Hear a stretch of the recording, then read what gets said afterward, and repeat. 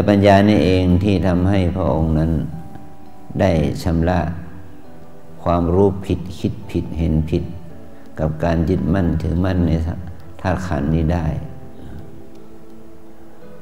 พระทัยของพระองค์ก็บริสุทธิ์ผ่องใสจากกิเลสทั้งหลาย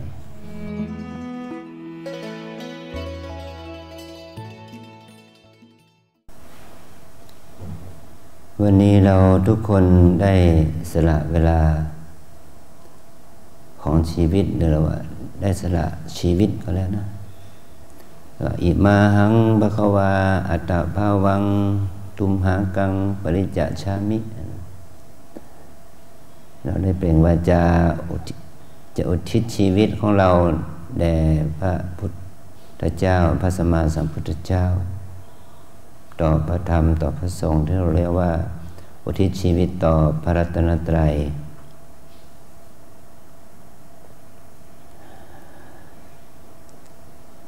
จริงอยู่เราน้อมนึกถึงพระพุทธเจ้าเหมือนพระองค์มีพระชนมชีพอยู่แต่ความจริงแล้วพระพุทธองค์นั้นมีพระพุทธเรียกว่าเรามีพระพุทธเจ้าในฐานะเป็นพระคุณสมบัติเป็นพระคุณสมบัติคุณสมบัติของพระพุทธเจ้ามันเป็นคืออะไรบ้างบุคคลที่เป็นพระพุทธเจ้ามีคุณสมบัติอย่างไรนะเหมือนกับเราจะไปสมัครทำงานเขาจะถามความรู้ความสามารถเนาะคุณสมบัติของเรามีครบไหมจะเป็นครูก็มีคุณสมบัติในความเป็นครูได้ไหมอย่างนี้นะจะเป็น CEO เนาะขององค์กรเนี่ยก็ต้องมีคุณสมบัติต้องมีคุณสมบัตินะพระพุทธเจ้าก็มีคุณสมบัติของพระพุทธเจ้าว่าพระพุทธเจ้ามีคุณสมบัติอะไรบ้างบุคคลที่นั้นจึงจะได้เป็นพระพุทธเจ้าได้ซึ่งโบราณบัณฑิตท่านก็ได้สรุปว่าบุคคลที่จะเป็นพระพุทธเจ้านั้นบุคคลนั้นจะต้องมีคุณสมบัติที่ให้เรายอมรับอยู่3ประการด้วยกันพระพุทธเจ้ามีคุณอันประเสริฐอันที่1ก็คือปัญญามีปัญญาอันเลิศที่เราเรียกว่าบางทีเราก็เรียกว่าสัพพัญญูสัพพัญญูเราเรียกชื่อพระพุทธเจ้าว่าสัพพัญญูสัพพะแปลว่าทั้งหมดทั้งมวล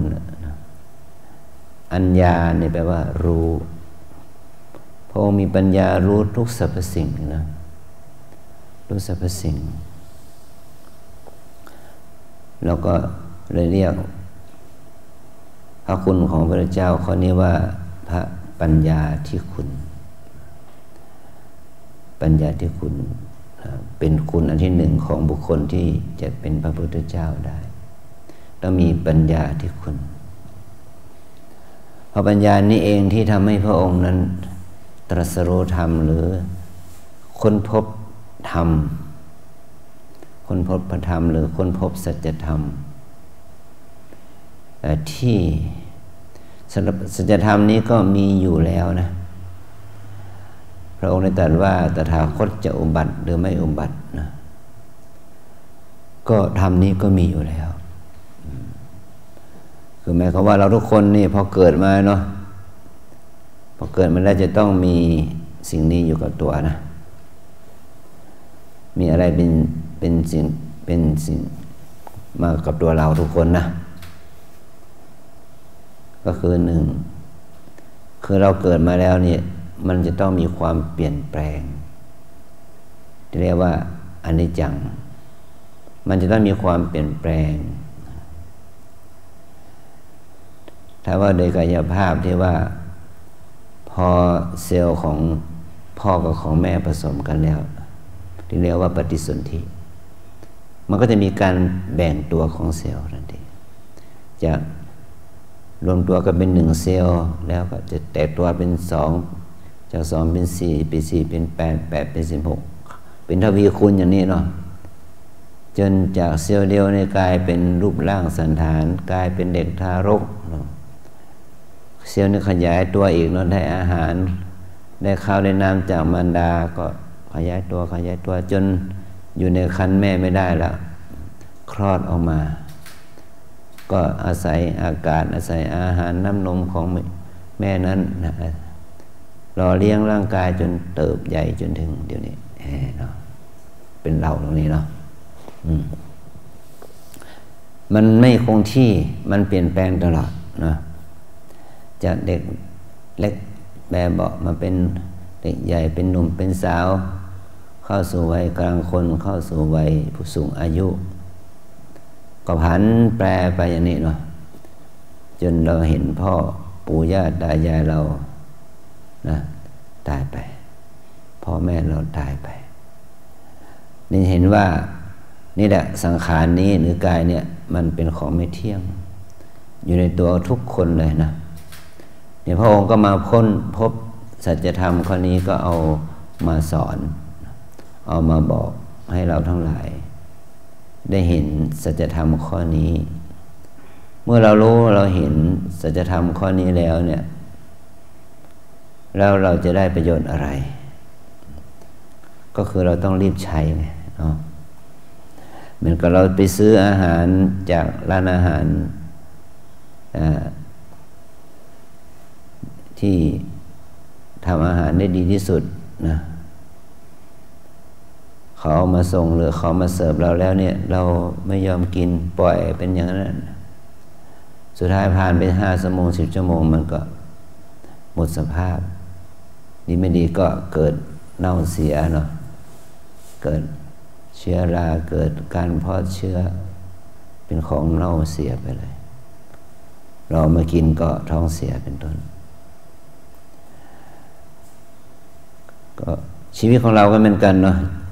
ก็คือว่าเราจะรีบใช้นะไม่ให้มันเสียเปล่าประโยชน์กับช่วงวัยของชีวิตตั้งแต่วินาทีเป็นนาทีจากนาทีเป็นชั่วโมงจากชั่วโมงเป็นวันนะจากวันเป็นเดือนเป็นปีแต่หลายปีก็เป็นชาติหนึ่งเนาะของชีวิตในชาติหนึ่งของชีวิตเราควรจะใช้ประโยชน์กับมันอย่างไรเด็กๆที่เป็นเยาวชนเราควรจะใช้เวลาอย่างไรให้เป็นประโยชน์กับตนเองในฐานะที่เรายังเป็นเด็กเป็นเยาวชนแต่คนที่เป็นคนหนุ่มคนสาวนะจะใช้เวลาของชีวิตความเป็นคนหนุ่มคนสาวอย่างไรให้เหมาะสมกับความเป็นชีวิตที่อยู่ในวัยหนุ่มสาวเราอยู่ในวัยกลางคนเราจะใช้ประโยชน์อย่างไรกับชีวิตของเราในวัยที่เป็นอยู่ในวัยกลางคนนี้นะถ้าเราอยู่ในวัยสูงอายุล่ะเราจะใช้ชีวิตอย่างไรในสภาพที่สูงวัยเนาะอย่างนี้เป็นต้นเนาะไม่ต้องไปรอให้มันไปนอนบนเตียงนอนก่อนเนาะนอนติดเตียงก่อนนะถึงจะเห็นสัจธรรมว่าอะไรก็ไม่ใช่ของเราเนาะตอนที่นอนติดเตียง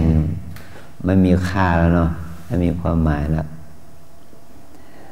นี่ภรรยาของมหาเศรษฐีอันดับหนึ่งของประเทศไทยอยู่หลายปีเนาะยังตายเลยเนาะภรรยาของคุณโยมเจริญสิริพัฒนภักดีคนหญิงพันนีเนาะนี่เขาเป็นระดับมหาเศรษฐีติดอันดับหนึ่งของเมืองไทยหลายปีเนาะ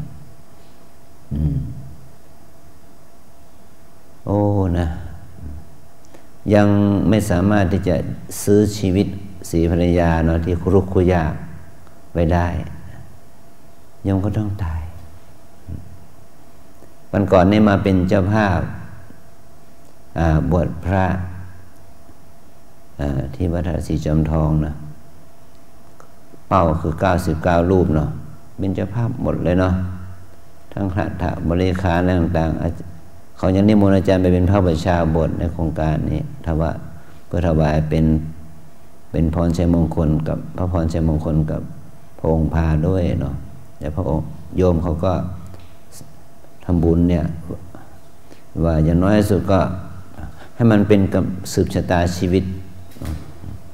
ให้ ให้โยมนะผมเมื่อวานนี้ได้ข่าวว่าต้องละสังขารเสียละเห็นไหมความเป็นมหาเศรษฐีมันก็ซื้อชีวิตไม่ได้อย่างนี้เป็นต้นนะอย่าว่าแต่เศรษฐีอันดับหนึ่งของเมืองไทยเลยเนาะเศรษฐีอันดับโลกมันก็ยังซื้อชีวิตไว้ไม่ได้อยู่ดีนะอันนี้เรียกว่าสัจธรรมนี้นะหรือตัวธรรมะนี้เนาะมันมีมากับชีวิตเราทุกคน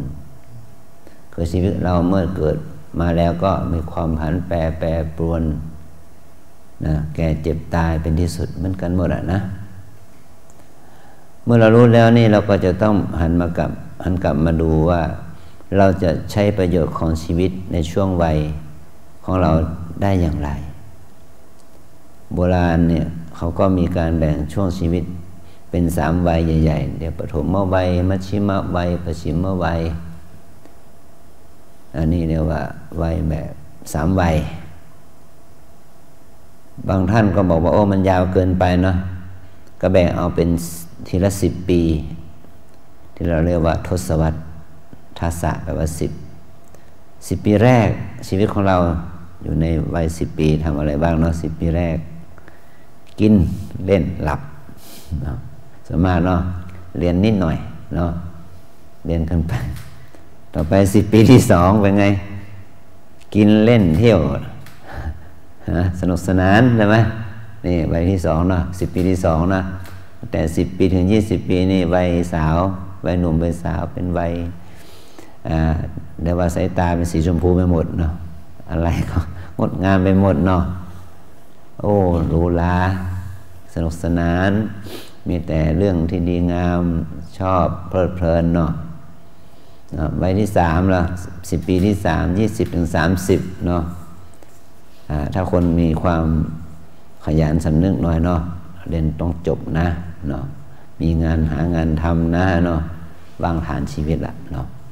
ในช่วงวัย20 ถึง 30นะเนี่ยต่อไปถ้า30 ถึง 40นะ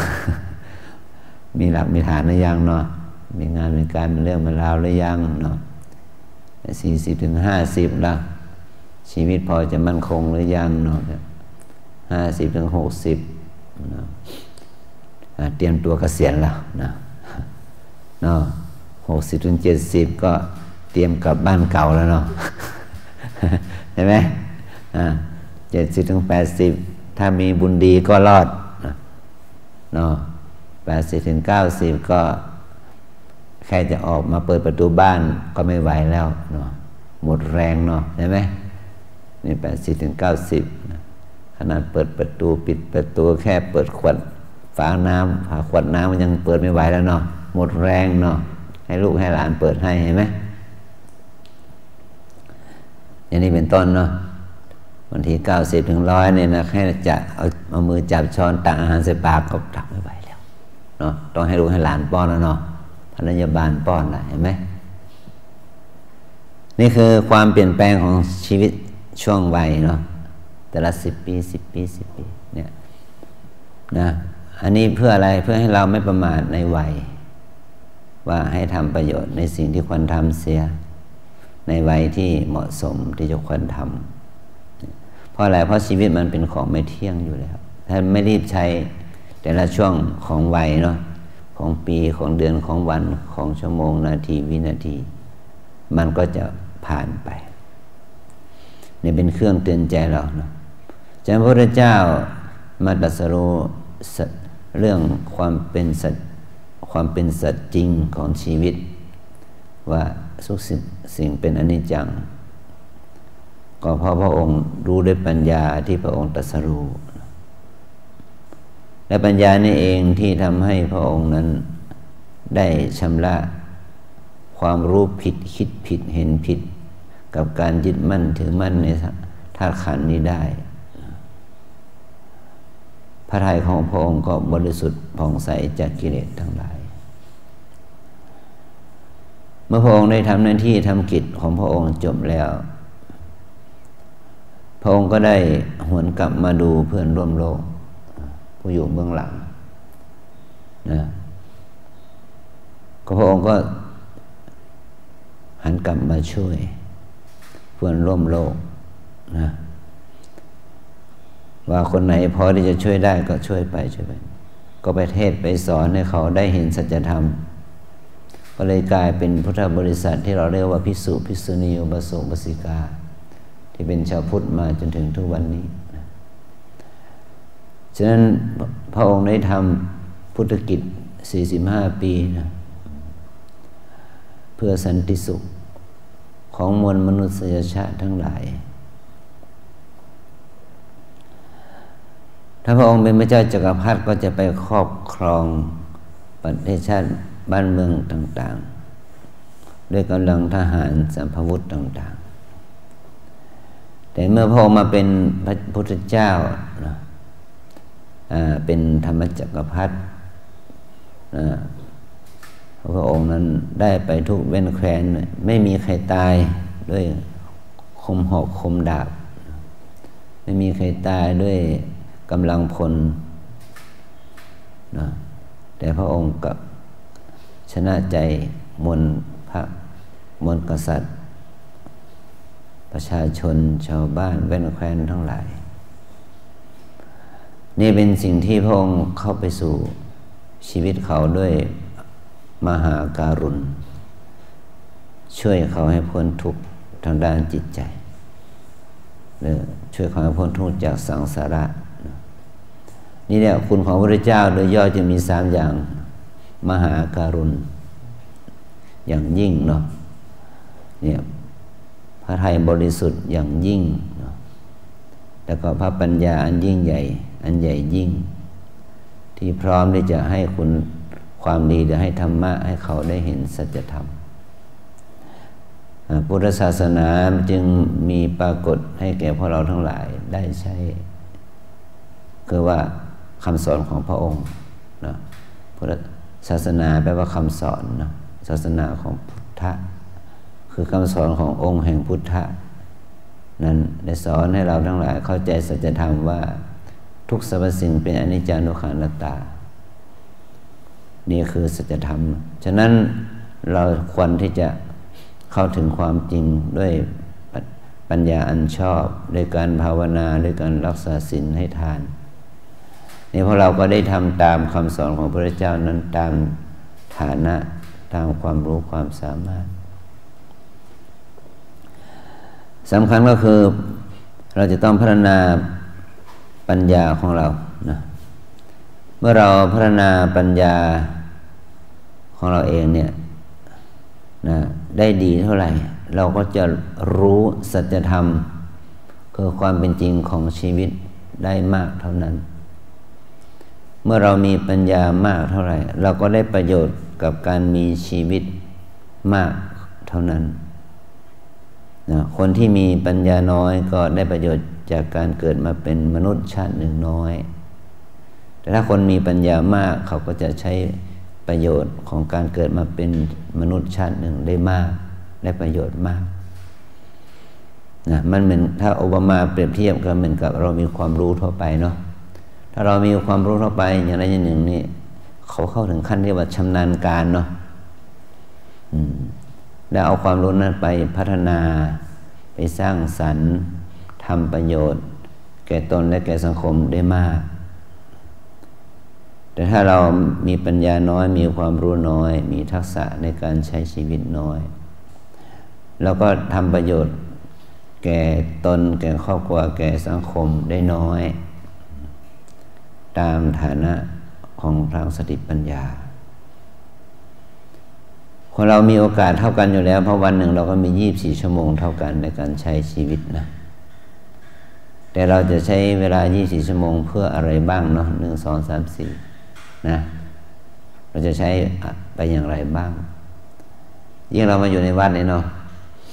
ตื่นขึ้นมาก็ไม่ต้องกังวลว่าวันนี้จะกินอะไรเนาะเพราะว่าแม่ครัวเขาก็ทำให้แล้วกลางวันนี้เพลนนี้จะกินจะฉันอะไรก็เขาก็มีอาหารให้กินอยู่แล้วฉะนั้นเราไม่ต้องกังวลเรื่องข้าวปลาอาหารเนาะเรามีเวลาที่จะปฏิบัติได้เต็มที่เลยนะฉ ฉะนั้นทำกิจกรรมทุกอย่างในวัดเนี่ยก็คือว่าเรามาทำกิจกรรมเพื่อพัฒนาสติปัญญาพัฒนาสติสมาธิปัญญาให้เจริญขึ้นนะให้เจริญขึ้นนี่คือหน้าที่ของเรานะจะมา3 วันก็ตาม5 วัน7 วันก็ตามนะก็เรียกว่าให้ทำความดีนี้ให้มากก็ยิ่งที่มา3 วันนะเนี่ยก็ต้องใช้เวลาแห่ง3 วันเนี่ยให้มากเลยเนาะเนี่ยเดือนนี้เขามีตั้ง31 วันนะเรามาได้แค่3 วันฉะนั้นต้องใช้เวลา3 วันนี้ให้มันคุ้มหน่อยเนาะแสดงพวกเราเนี่ยเป็นคนเป็นบุคคลที่เห็นคุณค่าของเวลาของชีวิตนี่สูงเนาะขนาดมาทำความดีให้ตัวเองก็มาได้แค่3 วันนะ7 วันค่อนข้างชั่วหน่อย3 วันฉะนั้นเมื่อเรามีเวลาแค่3 วัน3 วันก็ต้อง72 ชั่วโมงเลยเนาะจะพัฒนาชั่วโมงที่มีอยู่เนี่ยเพื่ออะไรบ้างเพื่อกินอยู่เพื่อหลับนอนเพื่อใช้พระสวดมนต์เพื่อปัดกวาดเช็ดถูเพื่อเดินจงกรมนั่งสมาธิเนาะเพื่ออะไรบ้างเนาะจัดเวลาให้ได้เนาะจัดเวลาให้ได้3 วันอย่ามีค่านะที่เรามาที่นี่มานุ่งขาวห่มขาวมาถือศีล8มาเดินมานั่งอย่างนี้ที่เราเรียกว่ามาบวชนะภาษาพระเราเรียกว่ามาบวชขนาดกล้วยนะมันอยู่ในเครือเนาะเอามาสับลงในหม้อเนาะใส่น้ำกะทิเขาก็บวชเลยนะกล้วยบวชอะไรกล้วยบวชชีนะนี่เขาเรียกว่าขนาดกล้วยมันยังเป็นชีได้เนาะแล้วคนเนี่ยบวชชีได้ไหมเนี่ยนะหนูบวชชีเนาะคนบวชชีกล้วยบวชชียังบวชได้เลยเนาะเอาคนบวชชีมั้งนะแต่เราเรียกว่าบวชชีพราหมณ์เราไม่ได้นับถือพราหมณ์นี่เนาะนับถือพุทธเนี่ยเรากลับไปเรียกพวกเราว่าชีพราหมณ์เนาะคือพราหมณ์นี่หมายถึงว่าชีพราหมณ์นี่หมายถึงพวกพราหมณ์ที่เขาเป็นผู้ที่ว่าดำเนินชีวิตแบบศาสนาฮินดูของพราหมณ์เนี่ยเป็นพวกไม่โกนผมและนุ่งขาวเขาจึงเรียกว่าชีพราหมณ์แล้วก็พราหมณ์ที่เข้าประกอบพิธีพราหมณ์พวกนี้มันจะโกนผมไหมไม่โกนแต่เขานุ่งขาวฉะนั้นพวกเราในที่ว่าไม่โกนผมแต่นุ่งขาวเราจึงเรียกพวกนี้ว่าเป็นชีพราหมณ์ไปด้วยแต่ความจริงเราเป็นชีพุทธนะไม่ใช่ชีพราหมณ์เนาะนะแต่เราเรียกพอเราใหม่นะที่วัดเนี่ยที่นี่เราเรียกพอเราว่าโยคีเรามาเรียกว่าชีพราหมณ์นะเราเรียกว่าโยคีโยคีก็ไปคิดถึงฤาษีนู่นเนาะโยคีมันเป็นศัพท์พิเศษคำว่าโยคะแปลว่าผู้มีความเพียรนะแต่คำว่าโยคีเนี่ยแปลว่าผู้มีความเพียรนะแต่คำว่ามาอยู่ที่นี่ต้องมีความขยันมีความเพียรที่จะพัฒนาจิตใจของเราเนาะขจัดความโลภโกรธหลงแล้วก็พัฒนาจิตใจของเราให้มีจาคะเมตตาปัญญานะให้มีจาคะให้มีเมตตาให้มีปัญญานี่เขาเรียกว่าเป็นผู้มีความเพียรขจัดกิเลสเราเรียกว่าโยคีนะโยคีเป็นผู้มีความเพียรแต่ผู้หญิงนี่ถ้าจะใช้ให้ถูกเพศจริงๆต้องเรียกว่าโยคินีนะแปลว่าผู้มีความเพียรเพศหญิง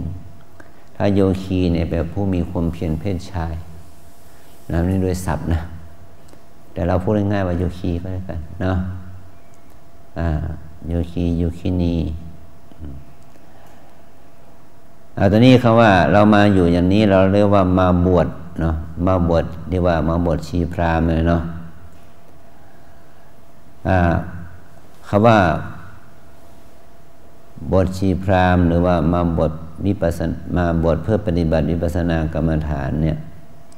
เราจะต้องมาบวชเพื่อถือพรหมจรรย์คำว่าพรหมจรรย์เนี่ยผู้ประพฤติตัวดุจดังพรหมผู้ประพฤติตัวดุจดังพรหมเรียกว่าผู้ถือพรหมจรรย์ก็คือผู้ที่ออกจากกามออกจากอกุศลธรรมนั่นเองนะหมายถึงว่าไม่เกี่ยวข้องกับการดำรงชีพแบบครอบครัวที่มีคู่สามีภรรยาอะไรอย่างนี้เนาะเราต้องตัดแล้วมาอยู่อย่างผู้ถือพรหมจรรย์เนาะเนี่ยเรียกว่าผู้ถือพรหมจรรย์นะนี่เรียกว่ามาเป็นผู้บวชนะต่อเมื่อเราบวชแล้วเนี่ยเราจะทำยังไงให้จิตใจของเราเนี่ยเข้าถึงพรหมจรรย์นะเข้าถึงความสะอาดบริสุทธิ์คือห่างไกลจากราคะโทสะโมหะห่างไกลจากความโลภโกรธหลงนะเราจะทำยังไงให้จิตใจของเราห่างจากกิเลสพูดง่ายๆเนาะคือสภาพจิตของคนเรานะมันมีแต่กิเลสอยู่แล้วนะมีแต่กิเลสเนาะแต่เราจะทำยังไงให้มันเบาบางกิเลสมันเบาบางเนี่ยตัวเราเนี่ยมันไม่ต้องทำอะไรนะอยู่ในห้องแอร์อย่างมันก็มีขี้ใครพูดง่ายๆเนาะเราต้องอาบน้ำอยู่นี่นะเพราะอะไรเพราะว่าผิวหนังที่มันผ่านวันไปมันก็จะตายเนาะมันก็กลายเป็นคราบใครขี้ใครพอเจอเหงื่อเจออะไรเข้าไปเนาะเจอฝุ่นละอองปุยผงมันก็ยิ่งไม่สะอาดเนาะมันได้จำเป็นต้องอาบน้ำเนาะเพื่อชำระ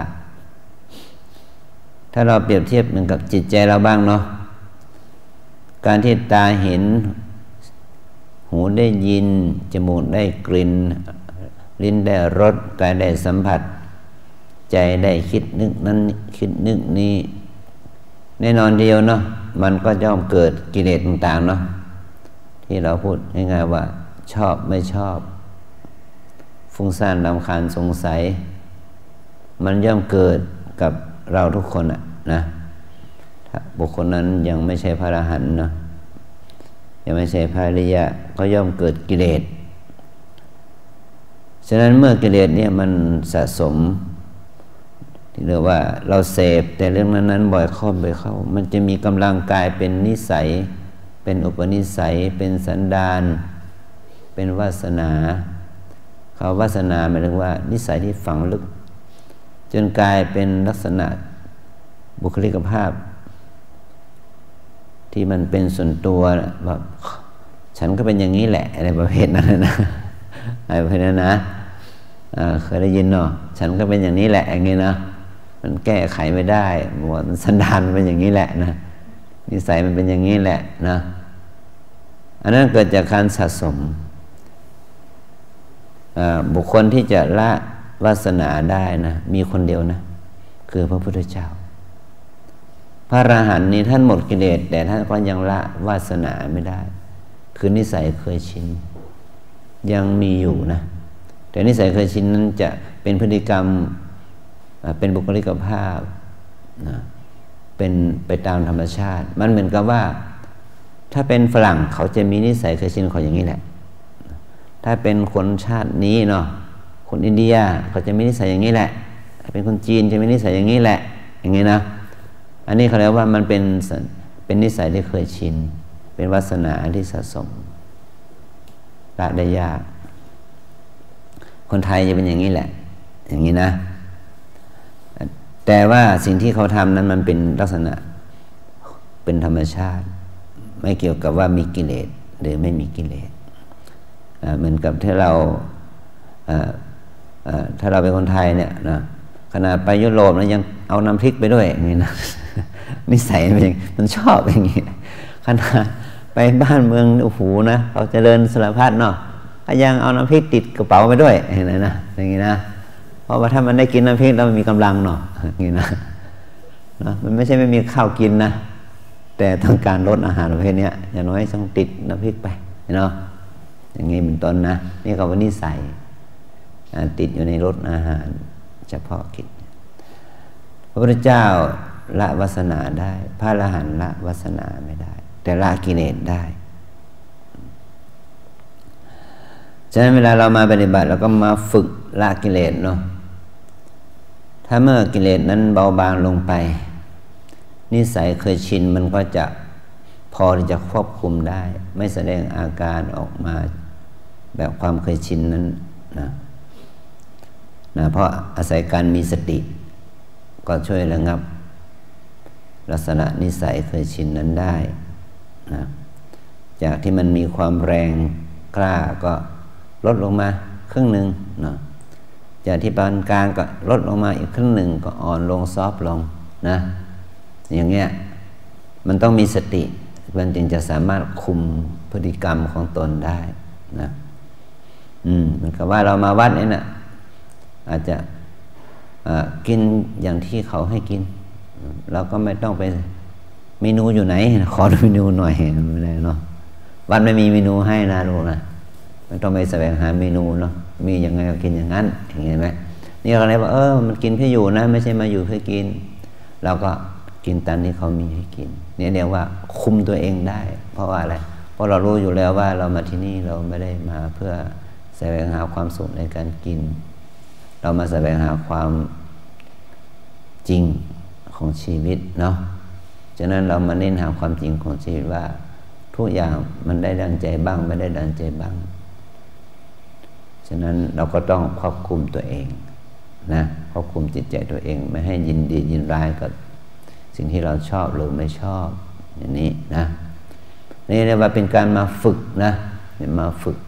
นี่เรียกว่าเป็นโยคีเนาะเป็นนักบวชเนาะเป็นนักบวชก็ต้องมาฝึกนะได้มากน้อยแค่ไหนอยู่ที่ความเพียรของเรานะเรามีน้ำอยู่10 ลิตรใส่ลงไปในหม้อเนาะถ้ามีฟืนดุ้นเดียวเผานะมันอาจจะได้แค่ร้อนมันจะไม่เดือดเราลองเอาหาฟืนมาเพิ่มนะโยมเนาะใส่มาสัก5 ดุ้นเนาะ4 ดุ้น5 ดุ้นสูงลงไปเนาะน้ำ10 ลิตรที่อยู่ในถังนั้นก็ร้อนจึงถึงเดือดได้ก็เป็นน้ำสุกเนาะ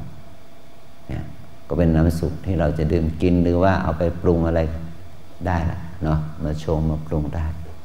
นี่มันต้องเพิ่มความร้อนฉันใดเนาะเราจะได้ผลได้ประโยชน์จากการภาวนาต้องเพิ่มความเพียรนะอาตาปีมีความเพียรเผากิเลสให้เราร้อนเนาะเผากิเลสนะให้กิเลสมันเหือดแห้งเนาะมันร้อนนะมันไม่ใช่ร้อนธรรมดามันจะเหือดแห้งเนาะไปด้วยการปฏิบัติภาวนาคำว่าปฏิบัติวิปัสสนาภาวนาคำว่าภาวนาแปลว่าทำให้เจริญขึ้นวิปัสสนาแปลว่าปัญญาเห็นแจ้งก็คือทำให้ปัญญามันเจริญขึ้นอย่างที่พูดเมื่อกี้นะว่าความสำเร็จของเรานั้นอยู่ที่การมีปัญญาเหมือนกับพระพุทธเจ้าเนาะความสำเร็จของพระพุทธเจ้าก็อยู่ที่การมีปัญญาเมื่อเรามีปัญญาเราก็ใช้ปัญญานั้นนะศึกษาความจริงของชีวิตฉะนั้นความสำเร็จของเราอยู่ที่ปัญญาสติสมาธิความเพียรความอดทนนั้นเป็นตัวเสริมนะเป็นองค์ประกอบให้เกิดปัญญาฉะนั้นกรรมฐานที่เรามาฝึกเราจึงเรียกว่าวิปัสสนากรรมฐานแปลว่าฝึกให้ปัญญาเจริญแต่ปัญญามันจะเจริญได้ต้องมีตัวคุณธรรมอื่นมาช่วยนะก็คือมีสมาธิต้องฝึกเจริญสมาธิต้องฝึกเจริญสติต้องฝึกให้ความเพียรมันมีกำลังนะและให้เรานะเสริมกำลังศรัทธาเนาะความเชื่อความเลื่อมใสความมั่นใจความเชื่อความเลื่อมใสนี่ไม่ใช่มาเชื่อมาเลื่อมใสในพระพุทธรูปพระธาตุเจดีย์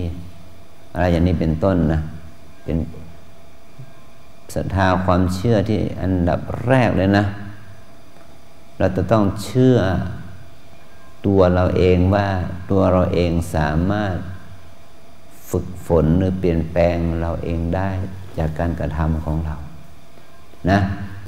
เราต้องเข้าใจว่าความศรัทธาเนี่ยไม่ใช่ศรัทธาคนสิ่งนั้นศรัทธาคนนั้นจะทำให้เรารอดนะ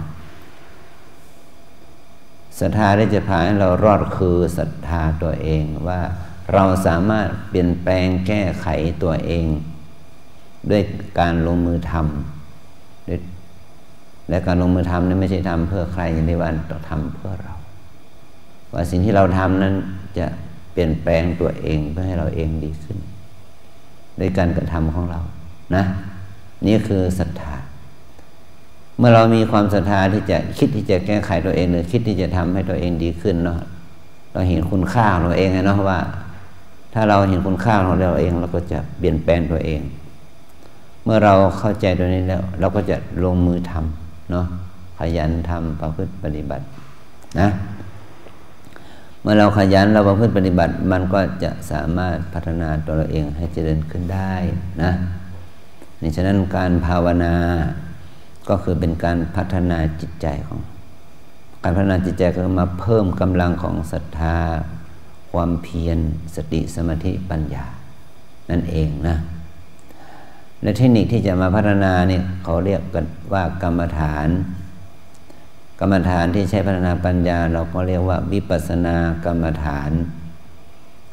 ที่จะพัฒนาให้เกิดปัญญาเนาะเนี่ยปัญญาโดยมีศีลมีสมาธิเป็นตัวช่วยหรือตัวศรัทธาวิริยะสติสมาธิเนี่ยเป็นตัวช่วยนะทุกคนให้รับกรรมฐานนะว่าตามวิปัสสนากรรมฐานตามแนวสติปัฏฐานมีสี่อย่างหนึ่งกายสองเวทนาสามจิตสี่ธรรมวิปัสสนากรรมฐานตามแนวสติปัฏฐานมีสี่อย่างหนึ่งกายสองเวทนาสามจิตสี่ธรรมหนึ่งกายสองเวทนาสามจิตสี่ธรรมหนึ่งกายสองเวทนาสามจิตสี่ธรรมกรรมฐานสี่ตัวนี้นะหมายถึงว่าเทคนิคที่จะพัฒนาสติด้วยความเพียรเพื่อให้กำลังของสมาธิมันเจริญขึ้นเพื่อจะได้เป็นฐานให้เกิดปัญญาญาณเนี่ยด้วยความศรัทธาด้วยความเพียรในความเชื่อมั่นต่อวิธีการภาวนาของเรานะเนี่ยเราเอาอะไรมาเป็นอารมณ์เอาอะไรมาเป็นอาหารให้เกิดสติสมาธิปัญญาเนาะก็เอาสิ่งที่อยู่รอบตัวเรานี่แหละนะไม่ต้องไปวิ่งหาที่ไหนเนาะเอากายนะมาเป็นกรรมฐานกายก็คือร่างกายนี่เนาะเช่นเอาอิริยาบถการกราบพลิกหนอพลิกหนอพลิกหนอนะเอาอิริยาบถคือการยืนหนอยืนหนอเอาอิริยาบถคือการเดินขวาย่างหนอซ้ายย่างหนอนี่เป็นเอาอาการพองอาการยุบที่เกิดจากการหายใจเข้าพองหายใจออกท้องยุบมาเป็นกรรมฐานนะนี่เขาเรียกว่าเอาสิ่งที่เกี่ยวข้องกับกายแล้วยังมีสิ่งที่เกี่ยวข้องกับกายที่มันมีอยู่กับเราอีกอย่างหนึ่งก็คือที่เราเรียกว่าพิจารณาผมขนเล็บฟันหนังเนื้อเอ็นกระดูกนะอวัยวะน้อยใหญ่ที่เรียกว่าอาการ32มาพิจารณาแยกแยะว่าคำว่าหญิงหรือชายเนี่ยถ้าเราถอดผมเอาไว้ขนเล็บฟันหนังเนาะมันก็เอาจานมาหรือเอากระมังมาสัก32ใบเนาะแยะออกนะมันก็จะไม่มีคำว่าคนสัตว์แล้วเนาะมันจะเป็นแค่ผมขนเล็บฟันหนังเนื้อเอ็นกระดูกเนาะเยื่อในกระดูกม้ามตับไตหัวใจปอดไส้ใหญ่ไส้น้อยอาหารเก่าอาหารใหม่มันสมองเลยเนาะมันก็มีแค่นี้เนาะบางอย่างก็เยอะบางอย่างก็น้อยเนาะกระดูกอาจจะมี2 ถาดเยอะหน่อยเนาะสมองอาจจะมี1 ถ้วยเนาะแยกออกไปเนาะ ผมคนเรียบฟันหนังก็เอาสักจานหนึ่งพอเนาะจานเล็กเนาะต่อไปมีอะไรเลือดเอาชามหนึ่งเนาะเดือดมาเนี่ยน้ำเหลืองน้ำไข่ข้อน้ำไขมันน้ำมูดน้ำลายมีนิดหน่อยเนาะมีไม่มากนักอย่างนี้เนาะบางอย่างก็มีมากบางอย่างก็มีน้อยเนาะแต่ถ้าเราเอาภาชนะเท่าเทียมกันมาก็จะเห็นว่าบางอย่างมีนิดเดียวบางอย่างมีเต็มภาชนะเนาะเช่นกระดูกเต็มภาชนะเนาะอย่างนี้เป็นต้นเนาะตับไตหัวใจปอดใหญ่หน่อยเนาะไส้ใหญ่ไส้น้อยเนี่ยก็จะเห็นว่าโอ้ตัวเราเนี่ยมีแค่นี้เองเนาะมีแค่นี้แหละเนาะพิจารณาอย่างนี้เนาะเราปล่อยทิ้งไว้นะ3 วัน 5 วันนะต้องหาผ้ามาปิดจมูกไว้เนาะมันเหม็นตลบอบอวนเนาะเรามาไว้ในห้องนี่นะสัก3 วันนะใครเข้าห้องนี้ไม่ได้สักคนนะเนาะโอ้โหมันเสียเสียนนะไหนว่าเป็นของดีเนาะพอเอามาทิ้งไว้3 วัน 5 วันเท่านั้นเนาะมันมีอะไรดีจะเอาเลยเนาะ จะเอาไหมเนี่ยเอาหนังไปเอาเนื้อไปเอาเส้นเอ็นไปเนาะไปไว้มั้ง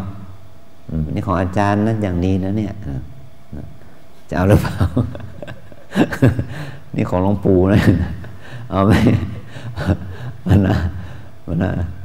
อย่างนี้เป็นต้นนะอันนี้ของคุณพ่อคุณแม่นะอันนี้เป็นของคุณตาคุณยายนะเอาไหมเนี่ยก็ไม่มีใครเอาไปสักคนเนาะเนี่ยให้เราพิจารณาอย่างนี้เนาะโอ้เป็นเบียของปฏิกูลไม่สะอาดนะ2เราพิจารณาเวทนานะเนี่ยเห็นสลับกันหลายคนแล้วเนาะสลับซ้ายสลับขวาสลับซ้ายสลับขวาอย่างนั้นเนาะเปิดขึ้นเปิดลงอย่างนั้นนะเป็นไงมันปวดเนาะมันเจ็บเนี่ยมันเจ็บมันชามันปวดมันเจ็บนะ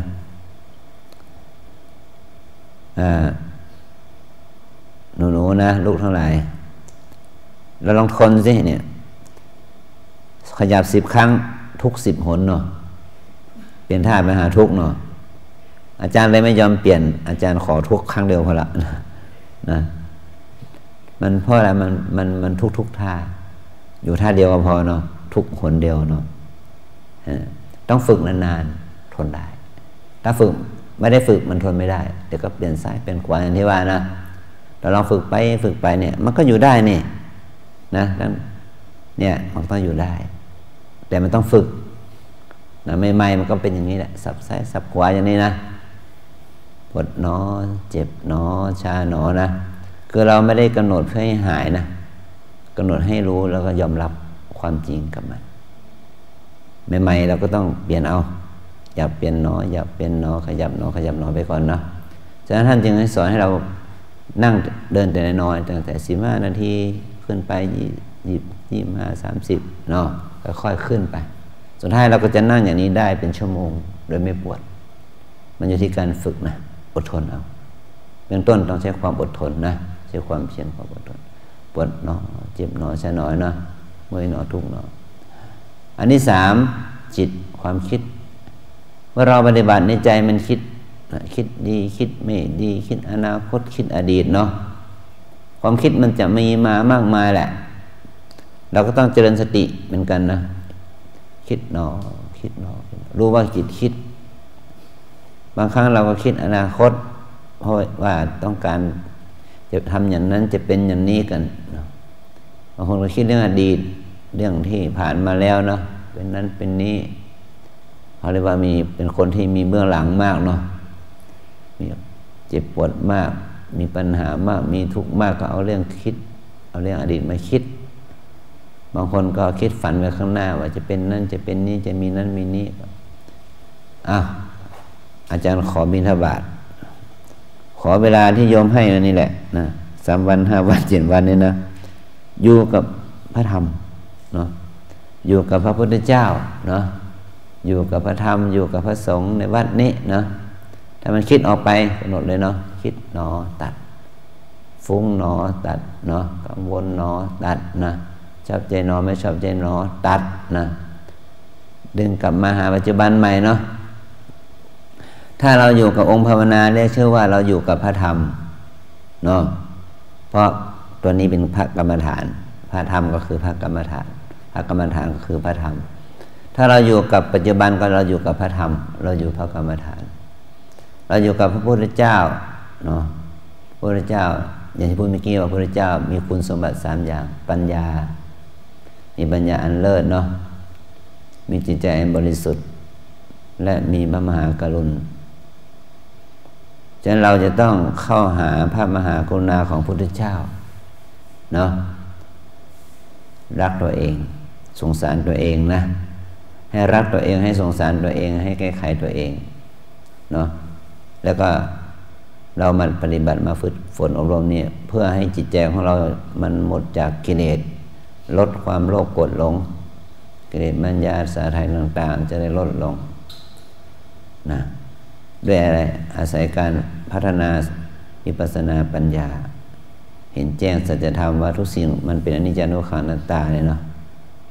เราจะเอาอะไรกับมันมากแต่ถ้าต้องการได้ประโยชน์มากก็ต้องใส่ใจใช้ประโยชน์กับมันให้มากมันไม่ได้ด้วยความคิดแต่ได้ด้วยการกระทำประโยชน์มันอยู่ที่การลงมือทำนะเนี่ยนะต่อไปก็คือให้เราบริหารอายตนะหรือว่าทวารสัมผัสทั้ง6คือตาหูจมูกลิ้นกายใจด้วยสติด้วยสมาธิด้วยปัญญาเนาะเมื่อเรารับกระทบอารมณ์ทางตาหูจมูกลิ้นกายใจด้วยปัญญาด้วยศีลด้วยสมาธิที่ดีอารมณ์เหล่านั้นก็จะเป็นบ่อเกิดของบุญของศรัทธาของสมาธิของปัญญาแต่ถ้าเราพลั้งเผลออารมณ์เหล่านั้นก็เป็นบ่อเกิดของตัวกิเลสโลภโกรธหลงความกังวลความกลัวต่างๆมากมายนะความกังวลความกลัวความชอบไม่ชอบต่างๆก็จะเกิดขึ้นมาถ้าเราไม่มีสติอย่างนี้เป็นต้นนะฉะนั้นจึงให้มีสติมีสมาธิมีความจดจ่อแต่ใจกำหนดรู้เห็นหนอได้ยินหนอกลิ่นหนอรสหนอนะสัมผัสหนอเนี่ยเราเจาะจงลงจุดนี้ให้มากเนาะกินน้อยนอนน้อยพูดน้อยก็ปฏิบัติให้มากนะสำหรับผู้ใหม่ก็เดิน15 นาทีนั่ง15 นาที20 นาที20 นาทีอย่างนี้เป็นต้นนะสำหรับโยคีเก่าก็เดินครึ่งชั่วโมงนั่งครึ่งชั่วโมงก็ได้นะตั้งใจปฏิบัติถือว่าสิ่งที่เรามาที่นี่เราไม่ได้มาเอานะมาละมาปล่อยมาวางเนาะถ้าจะเอาก็เอาบุญนั่นแหละแต่ว่าบุญนั้นมันเกิดจากการละปล่อยวางเนาะทำใจได้อดทนและมีความเพียรนั่นแหละคือเป็นสิ่งที่เราจะพึงมีพึงได้เนาะเอาแค่นี้นะให้ความคิด